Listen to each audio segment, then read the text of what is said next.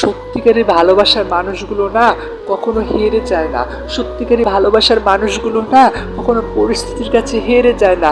সত্যিকারের ভালোবাসার মানুষগুলো না কখনো সময়ের কাছে হেরে যায় না। সত্যিকারের ভালোবাসার মানুষগুলো না ফ্যামিলির কাছে হেরে যায় না, দুনিয়ার মানুষের কাছে হেরে যায় না। তাদের ভালোবাসার মধ্যে একটাই চাওয়া থাকে, একটাই পাওয়া থাকে, আমার মানুষটাকে চাই, আমার ওকে চাই, ও কিচ্ছু প্রয়োজন নেই, আমার ওকেই চাই। তাদের প্রার্থনা, রবের কাছে যে প্রার্থনা থাকে ওটার মধ্যেও তারা বলে, ও মালিক আমার বেটার কাউকে না, আমার ওকে দাও।